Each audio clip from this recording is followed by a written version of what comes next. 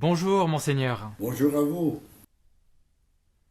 Alors je suis avec monseigneur Yvon-Joseph Moreau, que j'ai connu à l'époque comme évêque du diocèse de la C'est Pocatière. bien ça, oui. Vous êtes évêque émérite, vous avez pris votre retraite et vous êtes retourné vivre évidemment à la Trappe, C'est ça, donc l'abbaye à Val-Notre-Dame, l'abbaye. puisque vous êtes moine trappiste. Oui, Et donc aujourd'hui, je vous reçois pour parler d'un long métrage de cinéma qui est sorti il y a quand même plusieurs années, oui, qui relate l'histoire vraie de vos confrères, les moines de Tibérine. oui. Donc ces moines qui ont vécu en Algérie. Donc ce film est vraiment bouleversant, c'est un chef-d'œuvre du cinéma. Et puisqu'on souligne aussi les 30 ans de leur enlèvement C'est ça. et de leur disparition, et le pape Léon va visiter l'Algérie. Oui, Pouvez-vous prochainement. nous raconter l'histoire de ces moines que vous avez connus personnellement à travers aussi donc ce film? Alors, j'ai connu, moi, surtout Don Christian, qui était le supérieur. Je l'ai connu personnellement. Les autres, je les ai connus par leurs écrits, après leur décès, et aussi par leur communauté monastique que je connais très bien, que j'ai visité. Donc, c'est des moines qui étaient en Algérie déjà depuis un certain temps. Euh, Don Christian, c'était depuis 1984. D'autres étaient arrivés, quelques-uns étaient arrivés en Algérie avant. Mais notre monastère en Algérie était là depuis presque une centaine d'années. Ils étaient vraiment bien implantés, bien intégrés dans le milieu, très aimés des gens du milieu. D'ailleurs, le film le fait très bien voir. Je ne sais pas si vous vous rappelez la scène que j'ai toujours trouvée belle.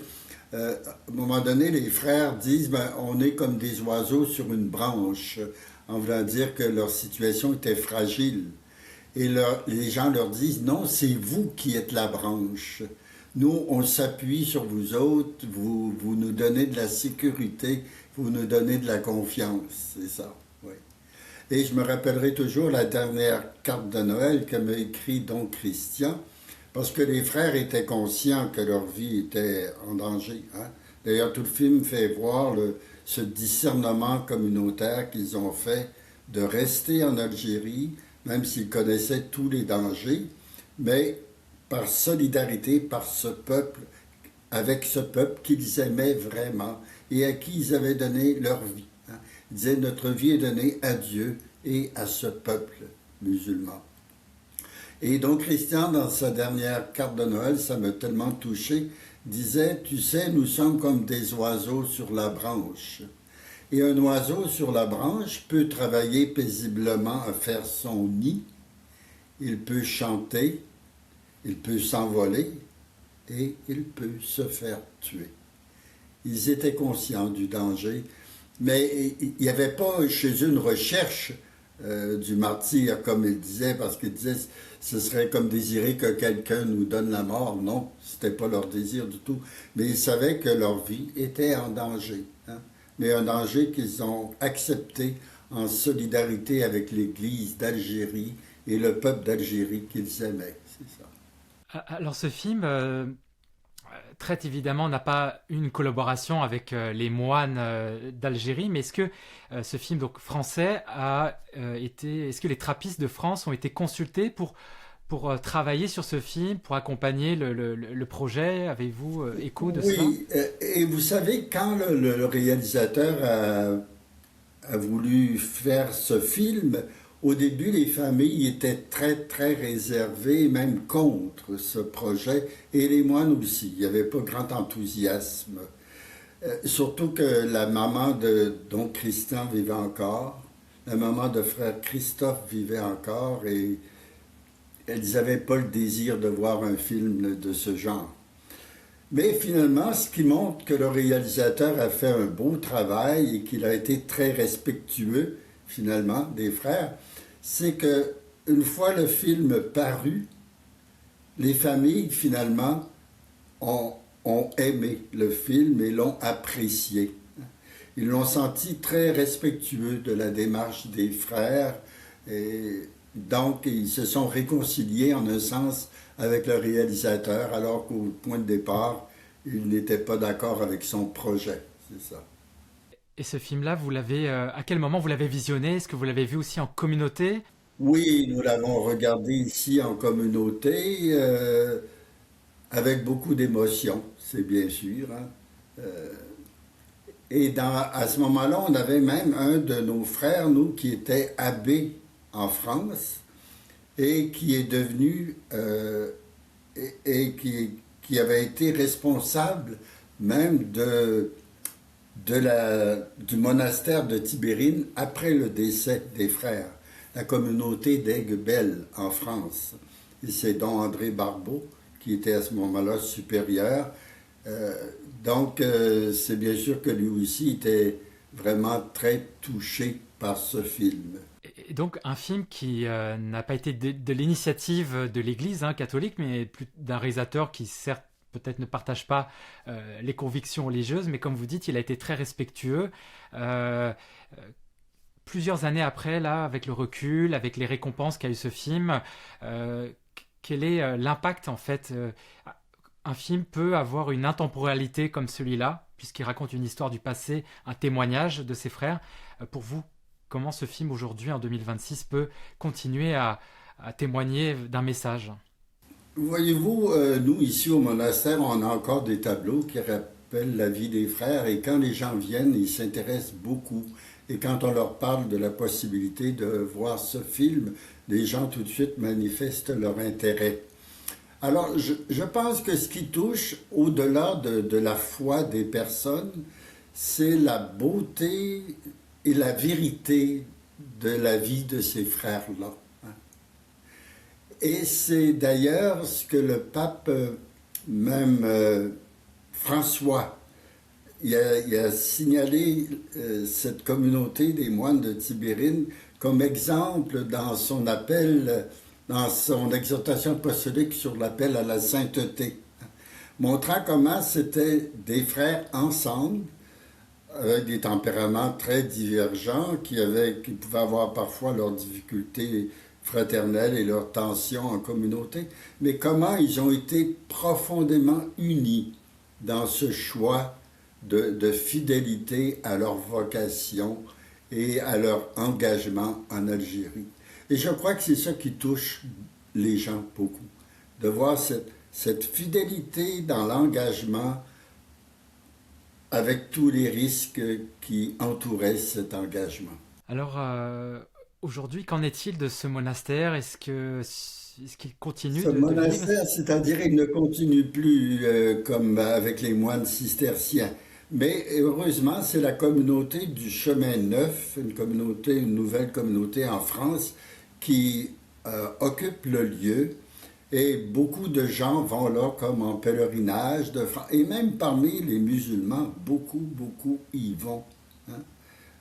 Parce qu'ils ont gardé un souvenir, vraiment un souvenir des frères qui durent toujours. Hein. Parce qu'ils aimaient leur présence de priants parmi eux. Hein. Et aussi toute l'aide qu'ils apportaient. Il faut dire que c'est une communauté qui avait un caractère particulier. Hein. Parce qu'une des grandes figures, comme on le voit dans le film, c'est le frère Luc, qui était le médecin âgé, hein, qui était dans les 82 quand il a été enlevé. Mais frère Luc était là depuis plus de 30 ans. Il se dévouait à accueillir les gens. Et je dirais qu'il n'était pas juste un médecin des corps, il était un médecin des cœurs. Beaucoup de gens allaient se confier à lui. Et en particulier, beaucoup de femmes allaient se confier à lui.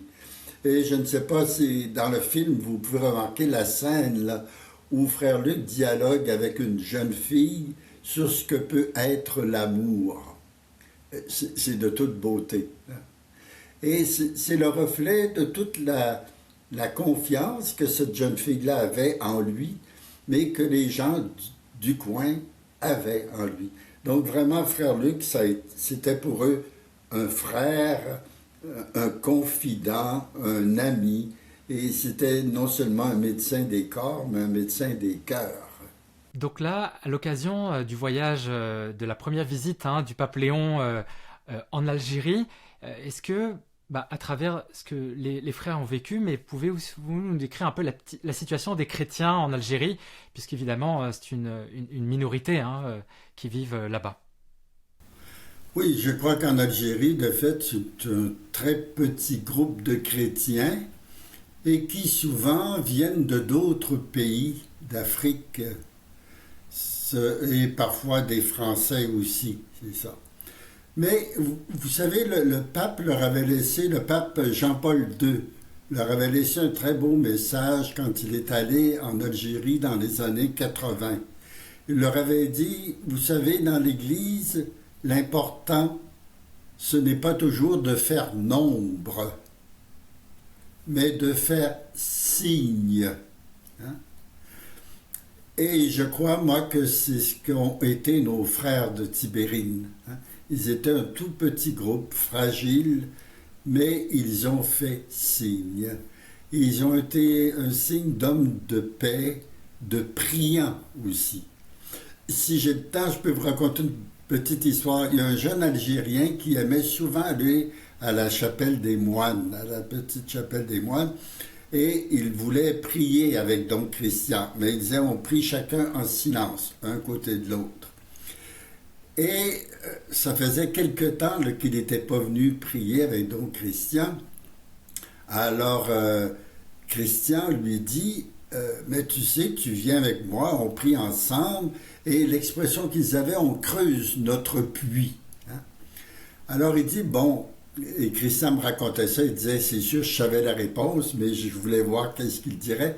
Il lui dit, mais on creuse notre puits l'un à côté de l'autre, en priant, mais au fond du puits, qu'est-ce qu'on va trouver? Quelle eau on va trouver?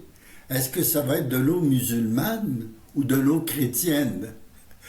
Et le jeune a dit à Christian, mais il ne faut pas se poser cette question-là, ce sera l'eau de Dieu.